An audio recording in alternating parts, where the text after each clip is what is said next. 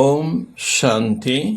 29/5/2026 வெள்ளிக்கிழமை. வாணி தரும் வசந்தம்.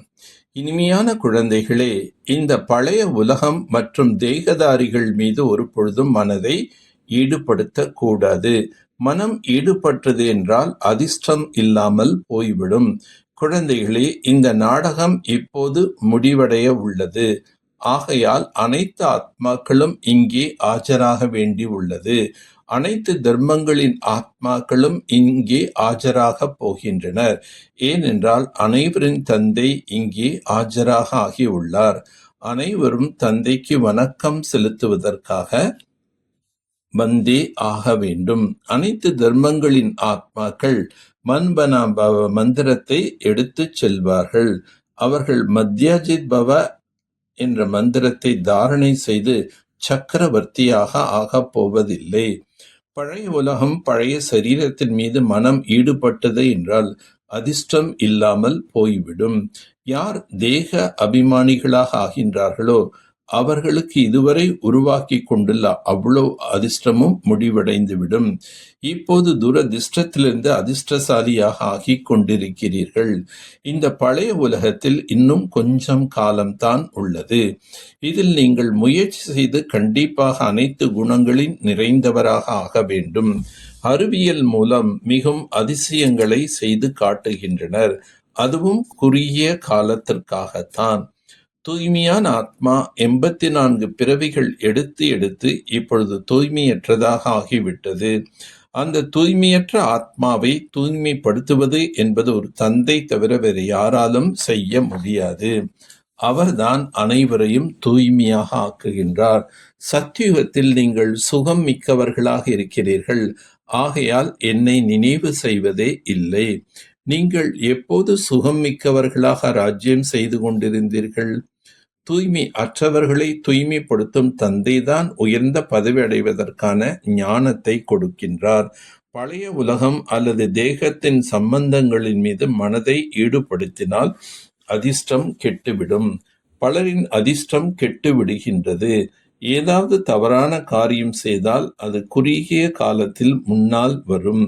உங்களுக்கு காட்சியாக தெரியும். பல குழந்தைகள் மிகவும் மூடி மறைக்கின்றனர். இந்த பிறவியில் செய்த பாவ கர்மங்கள் குறித்து தந்தைக்கு தெரிவித்தால் பாதி தண்டனை குறைந்துவிடும்.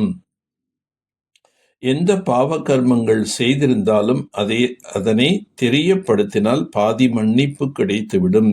தெரியப்படுத்தாவிட்டால் அது வளர்ந்து கொண்டே போகும். அதிகமாகி சிக்கலில் மாட்டிக்கொள்வீர்கள்.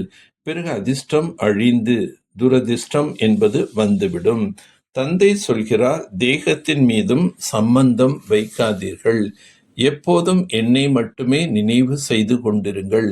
பிறகு இந்த அழுக்கான காரியம் நடக்காது. இவர் தர்மராஜாகவும் இருக்கின்றார். அவரிடம் கூட மறைத்தபடி இருந்தீர்கள் என்றால் உங்களை விட மிக அதிக தண்டனை வேற யாருக்கும் கிடைக்காது. எந்த அளவு நெருங்கி கொண்டிருக்கின்றோமோ அந்த அளவு அனைவருக்கும் காட்சிகள் தெரிந்தபடி இருக்கும். அனைவரையும் மாயின் கிரகணம் பிடித்து கொண்டுள்ளது.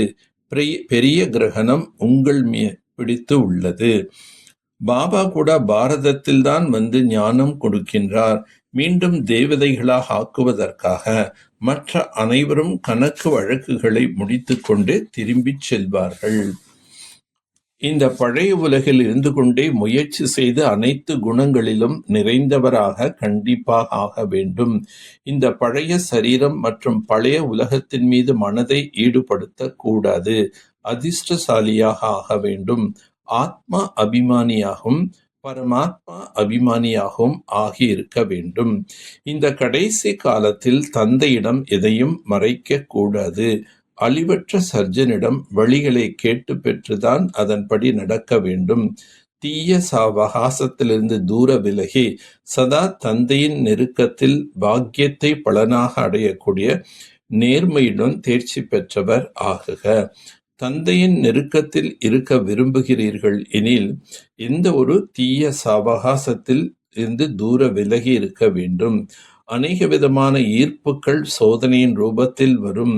ஆனால் ஈர்க்கப்படக்கூடாது. கெட்ட சாவகாசம் பல விதத்தில் இருக்கின்றது.